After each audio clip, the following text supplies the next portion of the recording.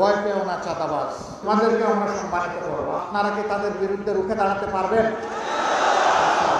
এই গুরু দায়িত্ব নেওয়ার জন্য তোমরা তৈরি হয়ে যাও। সিন্ডিকেট মুক্ত বাংলাদেশ আমরা গড়ে তুলব ইনশাআল্লাহ। সিন্ডিকেট এখন গোটা বাংলাদেশকে অবশ করে ফেলেছে সর্বক্ষেত্রে। এই সিন্ডিকেট হাত আমরা গুঁড়া করে দেব। চাঁদাবাজি করা লাগবে না, ওদেরকেও বুকে টেনে নিয়ে ওদের হাতেও কাজ তুলে দেবো ইনশাআল্লাহ। আমি বলেছিলাম ভয় পেও না চাঁদাবাজ, তোমাদেরকে আমরা সম্মানিত করবো। আমরা ঠিকই বলছি, ইনশাআল্লাহ সম্মানিত করবো, কারণ তোমরা আমাদের সন্তান। তো তোমাদের প্রতি আমাদের দায়িত্ব আছে, এই দায়িত্ব আমরা উপেক্ষা অগ্রাহ্য করতে পারি না। যারা তোমাদেরকে বিপদে নিয়েছে আমরা তাদেরকেও সুপথে নিয়ে আসবো ইনশাআল্লাহ।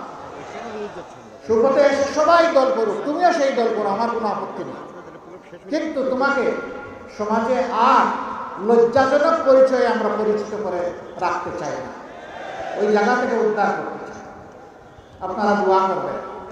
12 তারিখ ইনশাআল্লাহ আপনারা সবাই যাবেন, মা বোনদেরকে নিয়ে যাবেন। কোনো দুর্বৃত্ত যে কোনো জায়গা থেকে যে কোনো পোশাকে যদি আপনার ভোটের অধিকার কেড়ে নিতে চায়, আপনারা কি তাদের বিরুদ্ধে রুখে দাঁড়াতে পারবেন? বাংলাদেশ জেগে আছে, বাংলাদেশ জেগে থাকবে। তরুণরা ঘুমায় নাই। যেই তরুণরা বুকের রক্ত দিয়ে নতুন বাংলাদেশ এনেছে, সেই তরুণরা ইনশাআল্লাহ তাআলা আজিম পরিবর্তনের বাংলাদেশ গড়ে তুলবে ইনশাআল্লাহ। যুবক যুবতীরা তৈরি হও, আগামীর বাংলাদেশ প্রস্তুত করতে তোমাদের হাতে তুলে দেওয়ার জন্যে। সেই গুরু দায়িত্ব নেওয়ার জন্য তোমরা তৈরি হয়ে যাও।